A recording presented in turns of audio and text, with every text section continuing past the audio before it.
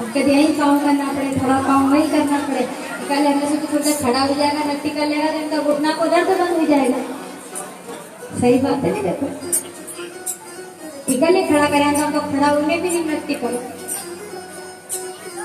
इकले भाई एक खड़ा करे, पड़ोस वाला सोचे ये खड़ा हो जाए तो हम भी हो जाए, ये सोचे भी हो जाए तो हो जाना, भी हो नहीं हो ने भोजन पूरा हो जाए। भाई हम यही सोचते ना, कथा में जाते तो थोड़ा तो जो सोचे पड़ोस वाला खड़ा हो जाए तो हम भी हो जाओ, और भी सोचे कि ये हो जाए तो हम भी हो जाए, कोई खड़ा नहीं है। इकाने सोचा सबके खड़ा करेगा, फिर तो कोई आपको कोई दुखी है पाछे पाछे नृत्य करो। पर देखो भगवान के दरबार में नृत्य करने में न जाना नहीं चाहिए। दुनिया में तो हम नाच ही रहे हैं, नाचा नहीं नाचा दुनिया में, कोई घर में भी दिन भर नाचते रहते हैं। पति बोले ला नहाने जाना है, पानी रखी दे, हो बेटा बोले मम्मी स्कूल को टाइम हो गया, अभी तक टिफिन नहीं खाया तुमने, हो बेटा। जब तक बेटी बोले मम्मी हमारा मोबाइल ना रखे हुए, हो बेटा अभी ले। दिन भर नाचते हैं कि नहीं नाचते? दिन भर नाचते हैं। जितना संसार के लिए नाचे उससे कम से कम थोड़ा समय तो भगवान के लिए नाच लो, भगवान के लिए थोड़ा नृत्य कर लो। वो परमात्मा जन्म जन्म के बंधन से हमें मुक्ति दे देगा। पर यहाँ नाचना नहीं, नाचना अलग हो, नृत्य करना अलग हो। यहाँ घर में नाचते हैं और यहाँ पे हम भगवान के लिए क्या करते हैं? नृत्य करते हैं। भक्ति हष्ट पुष्ट होती है जब हम भगवान के लिए नृत्य करते हैं। तो अपना गांव नावगा में कहीं नृत्य को चलन नहीं है क्या? कम है वहाँ कल से खड़ा ही नहीं, 3 घंटा तक कथा सुनाएगा कमाल। तो भैया उनसे कितना भजन मत का, कल की तुम्हारी छुट्टी थी नहीं थी, अब तुम नृत्य तो नहीं करोगा कि नहीं करोगा? काज ये तो इनके छुट्टी थी ना, एक दिन का पैसा बच जाएगा। वो पर नृत्य करा तो नहीं ना, तो नृत्य करना तो नहीं लगती है। बेटे भी बजाए तो अच्छे अच्छे ताल देने, भैया इतना सुंदर सुंदर भजन गाय, पर हम नृत्य नहीं करें, करना तो छुट्टी इनकी। वाह वाह वाह, कहीं मत करो।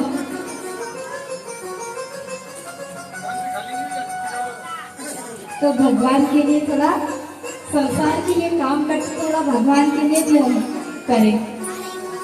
इस प्रकार आज श्रीमद् भागवत महापुराण के महत्व की कथा हम सुन रहे हैं कि इसके महत्व में इतनी शक्ति है जो भक्ति ज्ञान वैराग्य का दुख दूर कर सकती है। प्रेत से प्रेत व्यक्ति को भी ये भगवान के समान बना सकती है। ये कथा का हमने महत्व सुना, तो कथा हमारे जीवन में क्या महत्व रखती है। अगर तन से मन से धन से हमने इस कथा का गुणगान कर लिया तो फिर संसार में आने की आवश्यकता नहीं पड़ेगी। नहीं देखिए वापस आना है, ये भी ध्यान से मत सुन लो। अगर अपन फिर आना हो तो, और अब नहीं आना हो तो एक बार पूरे मन और तन लगाकर इस कथा को सुन लो। आगे श्रीमद् भागवत महापुराण के महत्व में कथा आती है सुखदेव जी महाराज के जन्म की। एक बार माता पार्वती जी कहने लगी भगवान शिव से कि प्रभु आप मुझे कोई कथा सुनाइए। नारद जी का काम क्या है? नारद जी 2 स्थान पर जाते हैं, जहाँ लड़ाई करवानी हो वहाँ, और जहाँ लड़ाई हो गई हो वहाँ। भाई जहाँ नहीं हुई हो तो भगवान नारद जी जाए तो लड़ाई करेंगे। मैं गांव में नरा नारद जी भी रहे, गांव में नरा नारद जी वहाँ भी रहे। अपन का नहीं, वो तो नारद विद्या लगाए।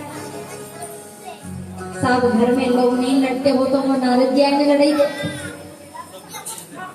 अब ब्रह्मा जी सोचने लगे कि ये अमर कथा जन जन तक कैसे पहुंचे। ये कथा क्या है? अमर कथा।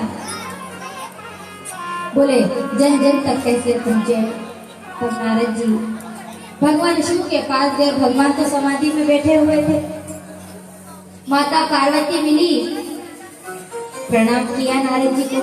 नारद जी से पूछा कि नारद जी कैसे आना हुआ, क्या काम है?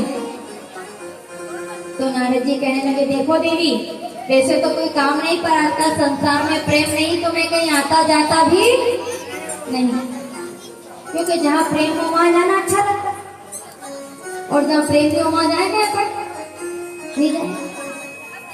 तो बोले देवी बात नहीं करनी है, बस 15-20 मिनट और, फिर आरती का बाद खूब बात करेगा, प्रसाद मान सकता, पर अभी बस 10-15 मिनट बात और मत कर। तुम ध्यान से सुन लो, क्योंकि यह कथा हंसी मजाक और मनोरंजन की नहीं है, पर ये तो क्यों करना पड़े ताकि नींद नहीं आए। नहीं तो सब कथा ही कथा सुनाने लगी होंगे तो नींद का टप्पा चाहिए, सुनाने वाला के लिए और सुनने वाला के लिए। कहना भी जरूरी है। ये वही की बात से अपने थोड़ा, क्योंकि अपने कथा में ज्यादा लगन नहीं, कम लगन है। कलयुग ऐसा है कि योग कथा से नजर हटी और दुर्घटना, यहीं से अगर कथा से नजर हटी, पड़ोस पे नजर गई, या फिर कथा समझ में नहीं आएगी कहाँ से कहाँ चली। नजर हटानी नहीं है कथा पे, कथा सुननी से एक शब्द कई है कथा पे। नारद जी कहने लगे देवी प्रेम नहीं, इसलिए मैं कहीं आता जाता नहीं। पार्वती जी कहने लगी कि हाँ ये बात तो सही है, पर मुझसे तो मेरे भोलेनाथ बड़ा प्रेम करते हैं। और देखो अपन भी भोलेनाथ जी का दरबार में बैठे, बोले मुझसे तो भोलेनाथ भगवान शिव बड़ा प्रेम करते हैं, मुझे हर बात बता देते हैं। नारद जी सोचा थे इनको के लड़ाना है, तो पति पत्नी प्रेम करेंगे तो लोगों से सुख देखो भी नहीं जाए, अब लड़ाना है। नारद जी कहने लगे कि देवी बड़ा प्रेम करते, सब बात बताते, तो फिर ये भी बताया होगा कि उनके गले में जो मुंडों की माला है वो मुंड किसके हैं। अब देखो सब नारद विद्या लगाने वाला को तो कई मानो में कहां से लाए सी बुद्धि, एक्स्ट्रा दिमाग। बोले देवी सब बताया, तो ये बताया कि उनके गले में जो मुंडों की माला, इतने सारे मुंड धारण करते हैं, इतने सारे गर्दन उनके गले में, तो वो मुंड किसके, वो शीश किसके हैं। पार्वती सोचे ये तो कभी नहीं बताया, ये तो कभी नहीं बताया। अब नारद जी बोले देखो प्रेम नहीं करेंगे, प्रेम करता को नहीं बताता, वो कोई प्रेम नहीं करते देवी, आपसे बस ऐसे ही बोलते प्रेम करता हूँ, प्रेम नहीं करे। अब साफ जैसे ही नारद जी ने कहा कि प्रेम नहीं करते, माता पार्वती को तो बड़ा क्रोध आया। माता पार्वती बोले कि मैं तो अभी तक ये सोचती थी भगवान शिव बड़ा प्रेम करते, पर प्रेम नहीं करते मुझसे, दूसरा की बात में गया नहीं माता, और अपन भी यूज करा दूसरा की बात में ही जाए। माता पार्वती नारद जी की बात सुनी और वो भवन में जाकर बैठ गई। नारद जी बोले चलो अपना काम तो हो गया, नारद जी बोले अपना काम हो गया, अब चलो। नारद जी जाने लगे, रास्ते में भोलेनाथ मिले, बोले कैसे आना हुआ, बोले कुछ नहीं बस माता से मिलने आ गया था। भोलेनाथ बोले कि अब आप आए हो तो जरूर कोई ना कोई गड़बड़ करके गए हो, क्योंकि नारद जी तो कहा ही जाएंगे। बोले क्या बात है, क्या आना हुआ, बोले बस ऐसे ही घूमते घूमते आ गया, कोई जरूरी काम तो नहीं था। प्रभु आप जाओ, आपको माता पार्वती बुला रही। अब भोलेनाथ बोले ये जरूर कहने का ही गड़बड़ करी क्या आया, ने पार्वती जी की कहने का शिकायत पढ़ाया है आज तक। अब भोलेनाथ जब कैलाश पर्वत पर आए, माता पार्वती को देखा तो माता पार्वती को नहीं, कैलाश पर्वत पे थोड़ी दूर पर कोप भवन था, उसमें जाकर माता पार्वती बैठ गई। भगवान शिव कहने लगे देवी इतना सुंदर वातावरण है और तुम कोप भवन में जाकर बैठी हो, क्या बात है। बोले स्वामी मैं आपसे बात नहीं करूंगी। बोले क्यों, बोले आप मुझसे प्रेम नहीं करते। बोले किसने कहा, बोले अभी अभी नारद जी आए थे, वो कह के गए कि आप मुझसे प्रेम नहीं करते। बोले नहीं देवी बहुत प्रेम करता हूँ मैं तो आपसे, बहुत प्रेम करता हूँ। बोले अगर प्रेम करते तो बता देना कि आपके गले में मुंडों की माला किसकी है, आपने कभी बताया। भोलेनाथ जी बोले अच्छा इतनी सी बात, बोले अभी बता देता हूँ। बोले हाँ बताइए मुंड किसके हैं। भगवान कहने लगे देवी ये मुंड सब आपके हैं। क्या कहने लगे, ये मुंड सब आपके हैं। पार्वती जी कहने लगी प्रभु मैं तो ये जानती थी आप बाहर से काले हो, पर अब तो ऐसा लगता है कि अंदर से भी काले हो। अब तक तो बस में लगाते हो तो लगता था बाहर से काले हो, पर अब लगता है अंदर से भी काले हो। भगवान बोले क्यों, वाह प्रभु बार बार मैं मरती हूँ और मैं ही जन्म लेती हूँ। भगवान शिव कहने लगे देवी देखो ऐसा नहीं है, जब तुम कालका बनती हो, जब तुम पार्वती बनती हो, सती बनती हो, दुर्गा बनती हो, अन्नपूर्णा बनती हो, जब जब तुम जन्म लेती हो और जब जब तुम शरीर छोड़ती हो, तो मैं तुमसे इतना प्रेम करता हूँ कि तुम्हारे शीश को अपने हृदय से लगा कर रखता हूँ। ये तुम्हारे मुंड जितने मैंने पहने 108। तो माता पार्वती कहने लगी कि प्रभु बार बार मैं मरती हूँ, आपने कौन सी अमर बूटी खाई जिससे आप मरते हैं? बार बार नहीं मरती हूँ, आप क्यों नहीं मरते? तब भगवान शिव कहने लगे कि मैंने कोई अमर बूटी नहीं खाई, मैंने अमर कथा सुनी है जिससे बार बार मेरी मृत्यु नहीं होती। आज पार्वती जी कहने लगी प्रभु कृपा करो तो मुझे भी वो कथा सुनाओ, अमर कथा सुनाओ। भगवान शिव ने कहा ठीक है देवी, तुम कहती हो तो मैं तुम्हें ये अमर कथा श्रीमद् भागवत महापुराण की कथा सुनाता हूँ। भगवान शिव ने कैलाश पर्वत पर अपना डमरू बजाया और जैसे ही डमरू बजाया पशु पक्षी जीव जंतु उस स्थान को छोड़कर चले गए। अब पार्वती जी को कहा कि अपने आसपास देख लो कोई है तो नहीं, क्योंकि अमर कथा हर किसी को सुनाई भी नहीं जाती और आप तो बड़े भाग्यवान हो जो ये कथा सुन रहे हो। नहीं तो कई गांव तो ऐसे है कि जहाँ उनको पालन ही नहीं के भागवत कही हो। बहुत सारा ऐसा गांव है, लोग तरसते हैं कि कभी हमारा गांव में भी एक बार भागवत जी हो जाए, पर साल भागवत जी नहीं हुई, ऐसा भी गांव है।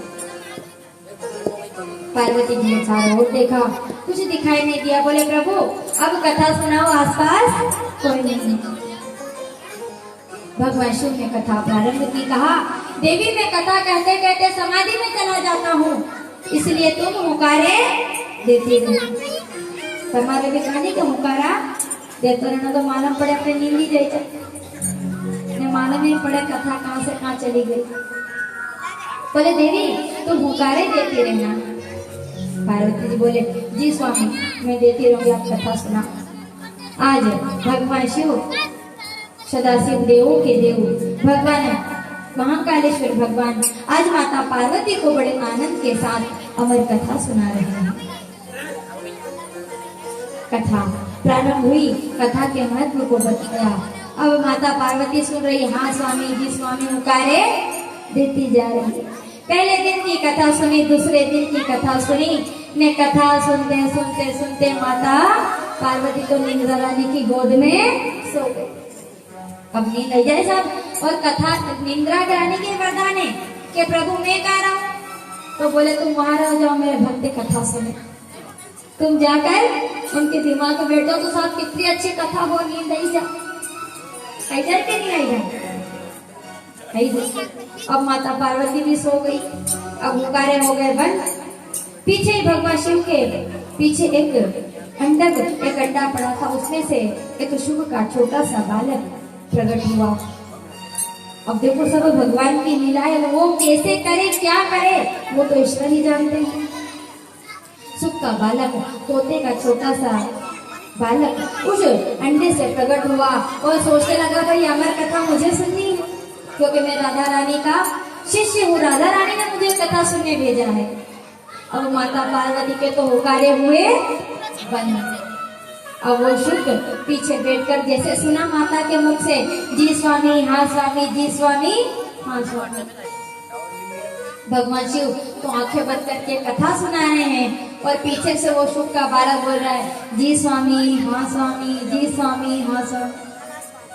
7 दिन की कथा पूर्ण हुई। भगवान ने जयकारा लगवाया। शिव ने बोलिए महाकालेश्वर भगवान की,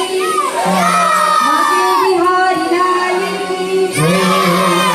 अब जैसे ही जयकारा लगाया माता पार्वती जी की आंखें खुली। बोले प्रभु कहाँ तक पहुंची कथा? बोले देवी कथा क्या पूर्ण हो गई? कथा तो कहाँ तक पहुंची क्या? अब तो कथा पूर्ण हो गई, तुमने नहीं सुनी? बोले नाथ क्षमा करना, क्या करूं, नींद आ गई और मुझे पता ही नहीं चला कथा कब कहां से कहां चली। अब भगवान शिव बोले कोई बात नहीं सुना उसका दुख नहीं, पर फिर हुकारे किसने दिए? नहीं सुने उनको कहीं दुख नहीं, फिर सुने जाना, पर हुकारे किसने दिए? वो भगवान शिव ने जब पीछे देखा तो शुक का बालक दिखा। बोले हुकारे को किसी ने दिए होंगे।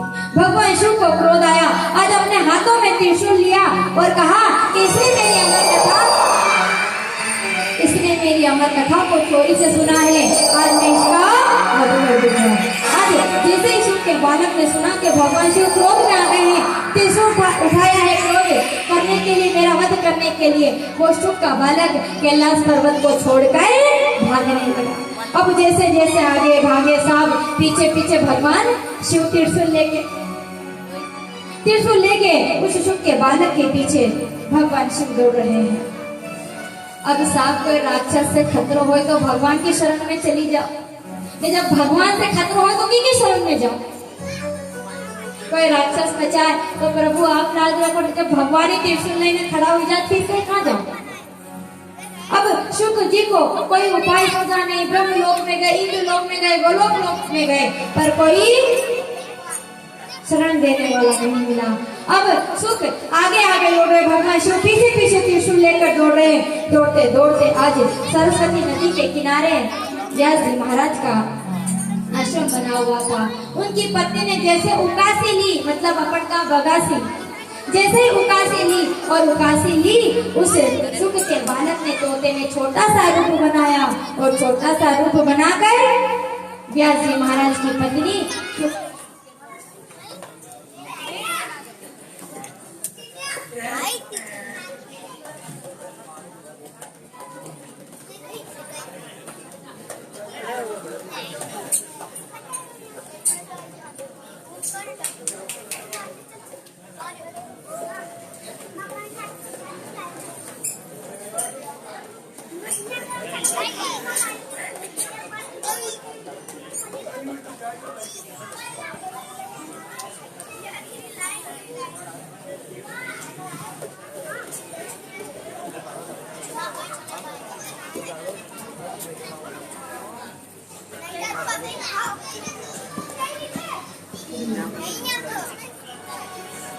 हरि ओम श्री राधे बोलिए बांके बिहारी लाल की जय। बनाया माता के गर्भ में जाकर बैठ गया। भगवान शिव त्रिशूल हाथ में लेकर व्यास जी महाराज के निकट पहुंचे। कहने लगे तुमने कोई शुक के बालक को देखा है? व्यास जी महाराज कहने लगे बोलिए प्रभु क्या बात है, क्या किया उसने? बोले उसने मेरी अमर कथा चोरी से सुनी है, इसलिए मैं उसका वध कर दूंगा। व्यास जी महाराज कहने लगे प्रभु आप तो वाकई में भोले हो, आप तो भोले भंडारी हो। दुनिया के लोग सही आपको भोले भंडारी कहते हैं। बोले वो क्यों? बोले प्रभु आप कहते हो कि जो अमर कथा सुन ले वो कभी मरता नहीं है, और आप कहते हो मैं उसको मार डालूंगा, उसका मत कर दो।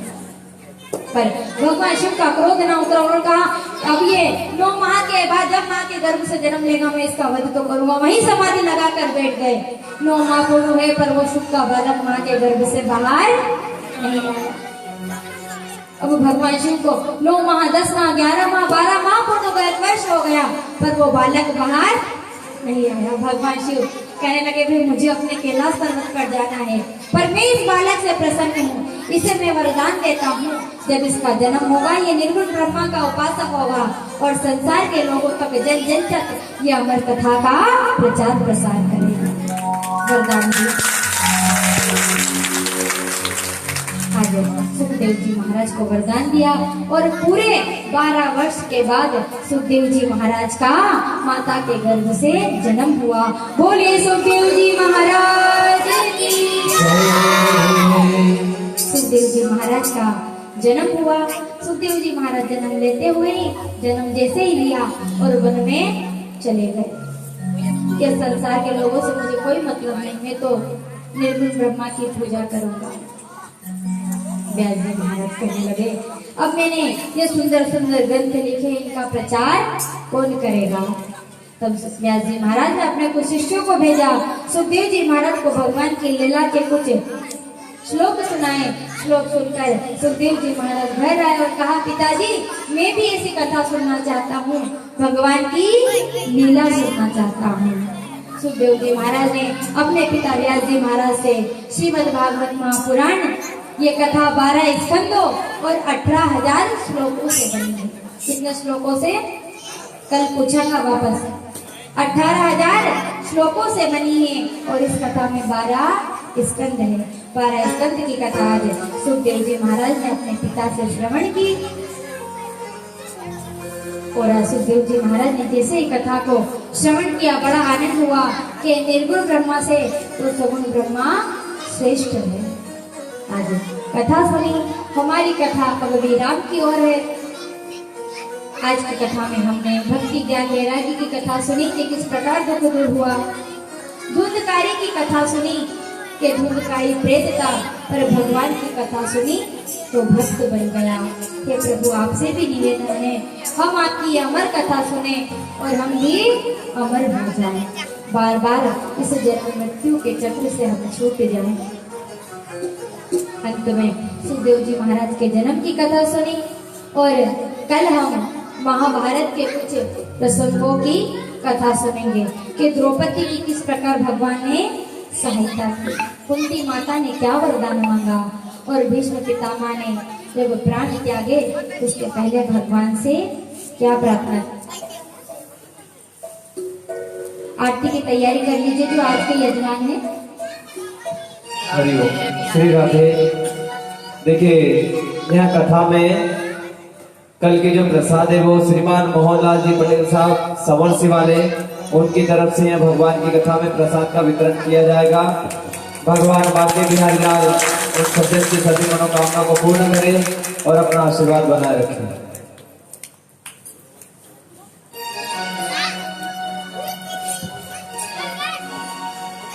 बोलिए बांके बिहारी लाल की धनी रे गरे गरे धनी रे सा सजा दो घर को गुलशन सा श्याम मेरे श्याम सजा दो घर को गुलशन सा सजा दो घर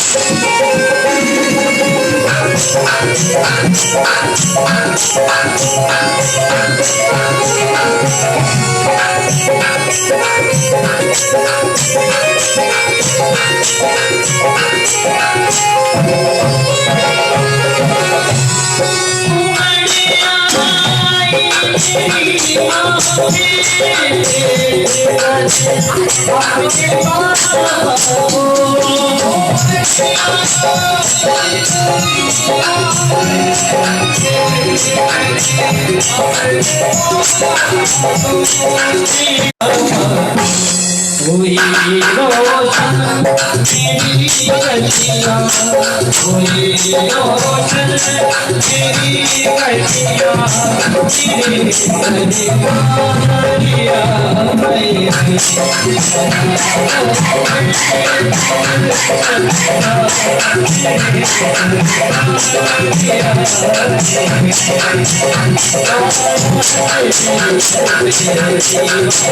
तेरे दीवानिया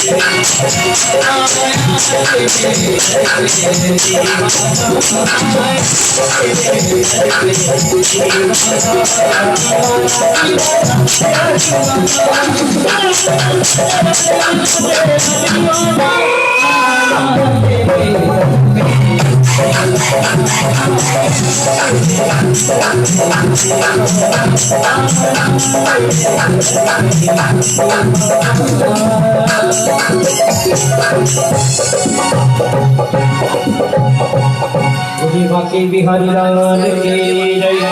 सभी भक्तजन अपने अपने स्थान पर खड़े हो जाए आरती के लिए।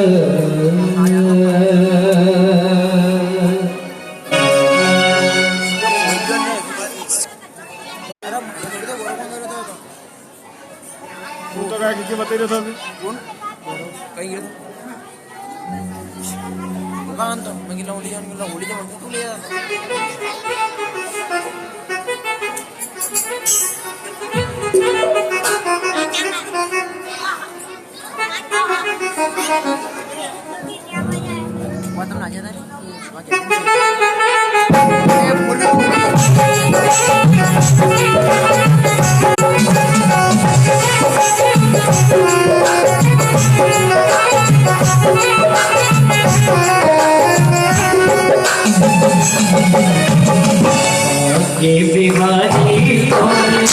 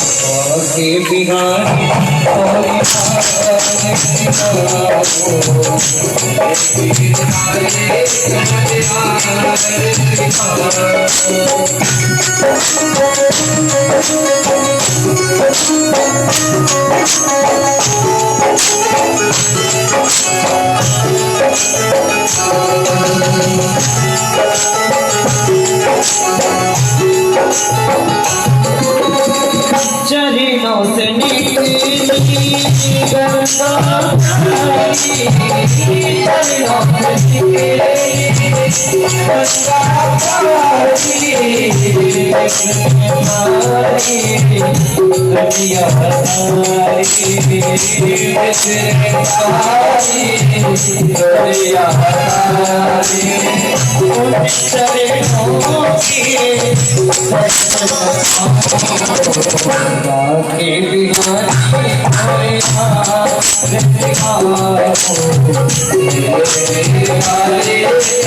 Hare